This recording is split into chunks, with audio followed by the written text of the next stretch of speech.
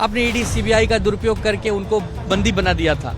वो तो आदरणीय हाईकोर्ट के हस्तक्षेप के बाद छोड़ना पड़ा आपको। ये उनको लगता है हमने हिंदुत्व छोड़ा, हमने बीजेपी को छोड़ दिया।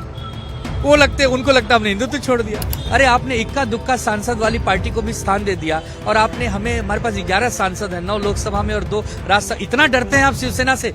आज उद्धव ठाकरे ने सभी महत्वपूर्ण नेताओं की एक प्रमुख बैठक की है। सामने अब महानगर पालिकाओं के चुनाव हैं और ऐसे में हर पार्टियों ने कमर कसी है।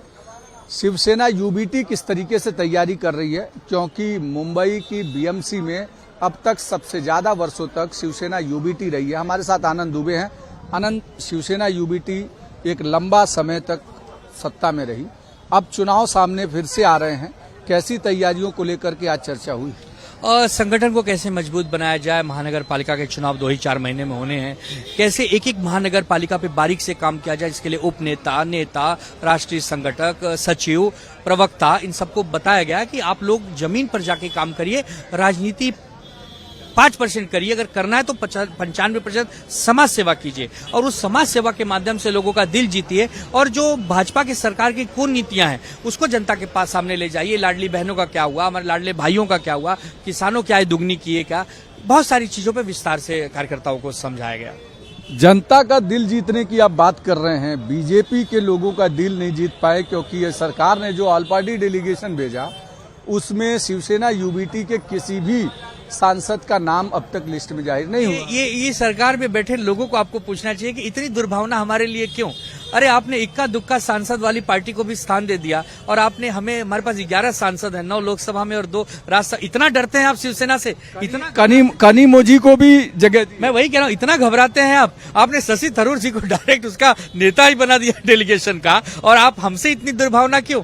अरे आप हमें भी मौका देते, हम भी विदेशों की धरती पर जाके अपने देश की गाथा बताते, अपने सेना के बारे में बताते, शौर्य गाथा सुनाते। हाँ, हर देश जहाँ है रीत, जहाँ की प्रीत सदा मैं गीत वहाँ के गाता हूँ, भारत का रहने वाला हूँ, भारत की बात बताता हूँ। आपने हमें वो मौका भी नहीं दिया।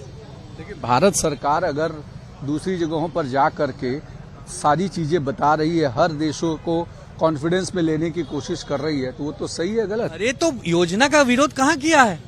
योजना के पीछे जो आपकी लुका छिपी नीति है उसका विरोध किया ना। आपने हमारे हाथ पैर काट दिया और आप कह रहे हो कि अब ओलंपिक में दौड़िए। कैसे दौड़ूंगा जब हाथ पैर ही काट दिए? आपने हमें एलिजिबल ही नहीं समझा। पहले सुधर जाइए ना। आपके मंत्री विजय शाह, आपके मंत्री देवड़ा कैसी बयानबाजियां कर रहे हैं, उनको नहीं आप निकाल सकते। बात करते हैं तो हमें ही निकाल दिया डेलीगेशन से। धन्य हो प्रभु। आप हिंदुत्व छोड़ दिए इसलिए तो? ये उनको लगता हमने हिंदुत्व छोड़ा, हमने बीजेपी को छोड़ दिया। उनको लगता हमने हिंदुत्व छोड़ दिया।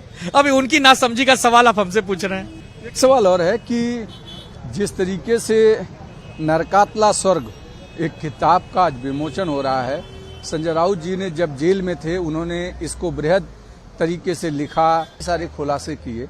उस पर बीजेपी आक्रामक है और कह रही है कि ये बुक जो है किसी इंडिविजुअल व्यक्ति की है, इस पर तमाम सारे एलिगेशन जो हैं वो गलत है। व्यक्ति नहीं है, जाने माने पत्रकार है, राज्यसभा सांसद है, इंडिविजुअल। अगर आप सांसदों को भी इंडिविजुअल समझते हैं तो फिर ये आपकी बुद्धि विवेक पर मैं क्या कहूँ।